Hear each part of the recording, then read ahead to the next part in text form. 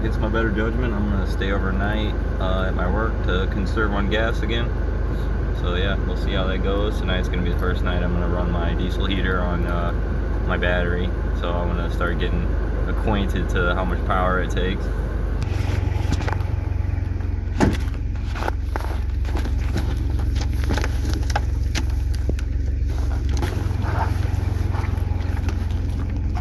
Fill my diesel heater up over there.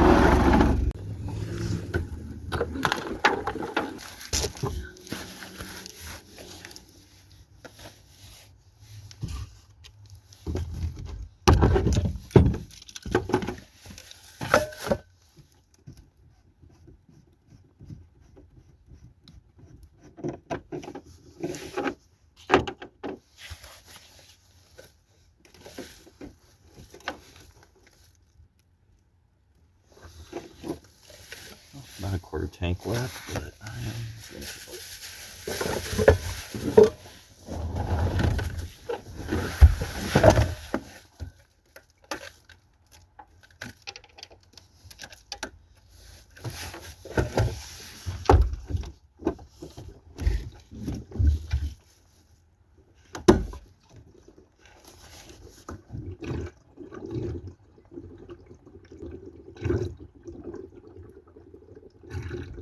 It's actually cold enough for diesel to freeze right now, so I'm surprised it hasn't. Well, I kept it in my truck, so that was a good play.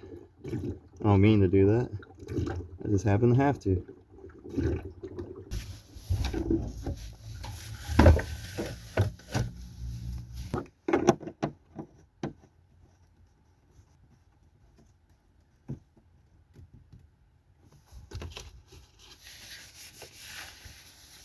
I've not been outside long and my hands are already freezing.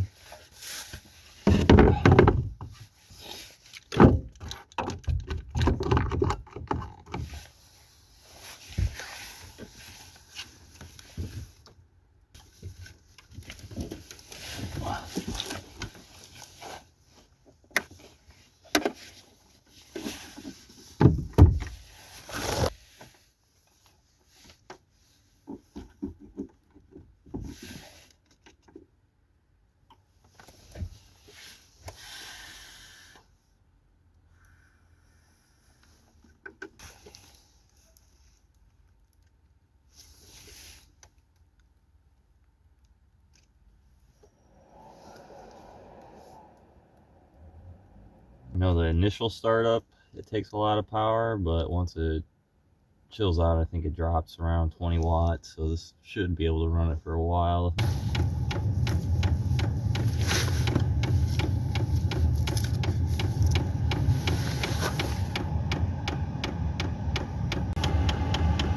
Come on, baby.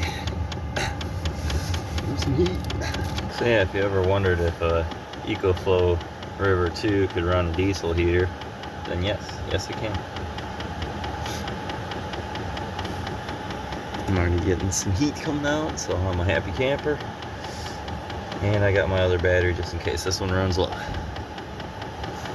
And like I said, usually the output drops down to around 20 watts once it actually is fully primed and going. I need to charge my phone real quick, so I'm gonna cut this off. Okay, this has been going pretty steady. For some reason it reads 0 watts most of the time, so it hasn't been taking up very much power. So I'm gonna feed some more power into that.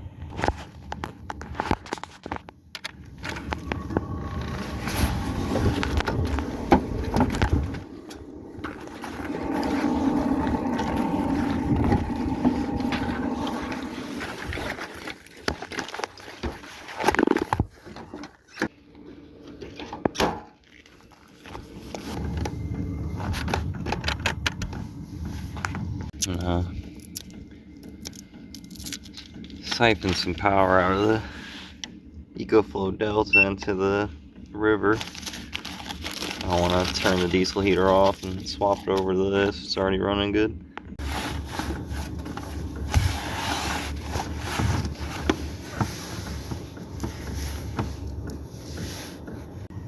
Alright, so I got that inputting right now. Charge that back up.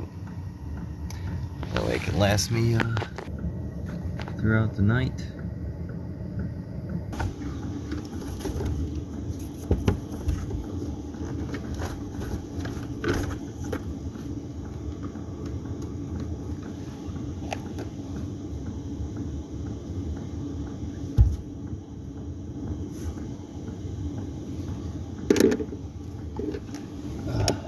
Yeah, I'm not too worried about the stealth camping aspect here.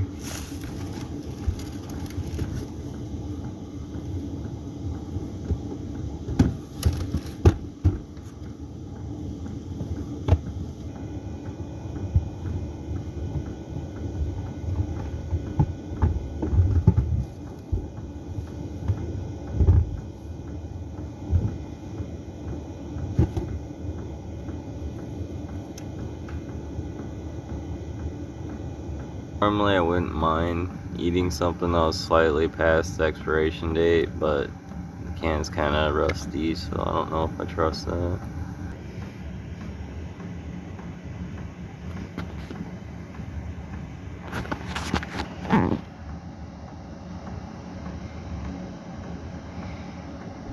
See if they notice a diesel heater running.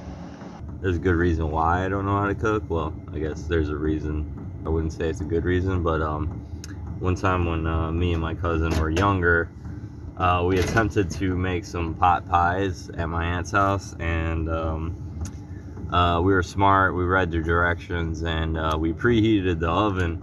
And this might be an actual common story. I might share this with a lot of you. We read the directions, so it said to preheat the oven, so that's what we did. We went over and started preheating the oven. So we go back to doing what we're doing and start hearing a beeping noise, and it wasn't like a timer or anything. It was a smoke detector. We looked around the corner after hearing the smoke detector, and it turns out my aunt, she used to keep her cutting board and her bowls, like she used to keep glass bowls in her stove, which apparently a lot of people do that, but I didn't know. So anyway, when we preheated the oven, we didn't realize. We run over there and the stove is just billowing smoke at this point, and we shut it off, and we were smart enough to grab gloves, and we start pulling glass and everything we can out of the stove, and we're setting them down on cold countertops and sinks, so a lot of glass was just exploding and shattering upon setting them down. And the whole time we're having that chaos go on, at the very bottom the cutting board was just slowly oozing over the sides and getting to the element on the bottom. So yeah, it's still smoking, and we finally get all the glass out, and it's just glass is exploding and shattering everywhere. And we finally get to the cutting board, and we managed to peel it off, and it stayed kind of one solid chunk, but there was some runoff off the side. So as the it was cooling down and stuff like that, we were trying to chisel all the plastic off the stove and clean it up and try to get it back to how as best as it was before my aunt got home. I kind of blacked out the rest of the story. I don't remember what the outcome was. I don't imagine she was happy about it, but despite us cleaning it, no matter how much we cleaned it, it just always smelled of burning plastic. So she ended up having to get a new stove, so I feel really bad about that. So we were oftentimes we were deterred from cooking or being anywhere near a stove after that point. So yeah, so there's that. I'm sure that's like a common thing. I'm sure a lot of people have that story. It was long ago that this event had occurred. I can't quite recall where my aunt was that fateful night. All I know for sure was that she wasn't at home making pot pies. Anyway, sorry Liz. Yeah, so I digress. Eventually I would like to learn some new recipes. Hopefully not with any fire hazards involved. Now, last I checked, it said it was like a wind chill of -10. It's Monday the 18th. Yeah, I'm just camping outside my work, cooking some beans.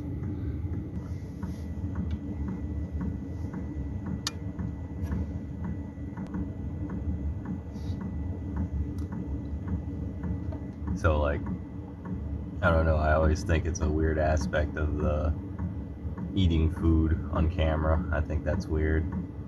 I don't know, so I don't know, I'm kind of weird about eating in front of people in general, so that's a weird one to get over. It's funny, and I made a video about eating chicken wings, so little things you wouldn't think of that is a phobia to some people. And I suppose now is as good a point as any, since I'm parked right outside of work. I don't want to move that down, but yeah, if you're wondering about the work situation, everything's been unchanged since the last time I said anything. Since the last time that one of the customers had made mention of something to my manager about my pay or something. It just all like breezed over, and I kind of figured that was going to happen. So it's kind of funny because I was saying I was pretty close with the neighbor that lets us park in his yard or his property. He actually figured out like I was houseless on his own. It's kind of funny, go figure, you drive around with an air conditioner in the back of your vehicle and everyone assumes that you're living in the back of your truck. I guess, I mean, they weren't wrong, but still, you can't go assuming things like that. So yeah, that's why I moved the air conditioner from up here to down here. Oh. Yeah, so I moved it down there because it was a little more inconspicuous. I did the best I could to like try and hide that from people, just me being houseless in general. Yeah, I tried hiding that for as long as I could. Yeah, some people figured it out. Okay, so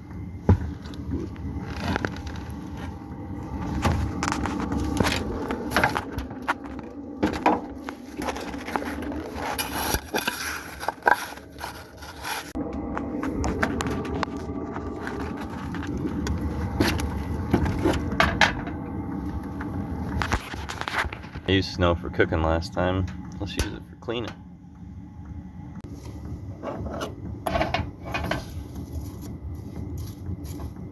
Yeah, see, it's a good thing I didn't have this batch with the noodles. I got a rock in that one.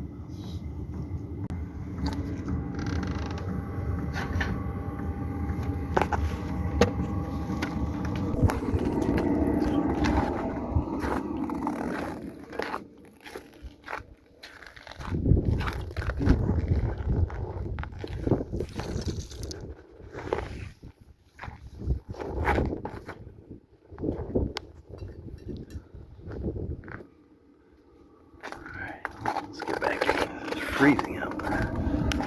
So yeah, after the initial startup, the diesel heaters don't really take that much power. So even with the little battery, you can run it for quite a while. Well, there's my high-tech air diffuser. That way it can distribute the heat evenly throughout the cab. So over here we got the day after tomorrow effect. It is really cold outside. This diesel heater works really well. It's probably frozen. Okay, yeah, that's frozen. Can't see anything out there. Okay, so I had to pick away at this, but I finally got this to open, so I'm not gonna leave it open that wide, but I'm gonna leave it open somewhat.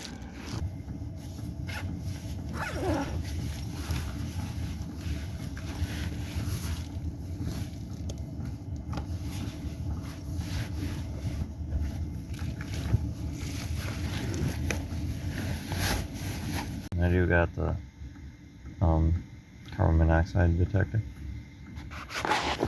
It's alright, good night. Morning.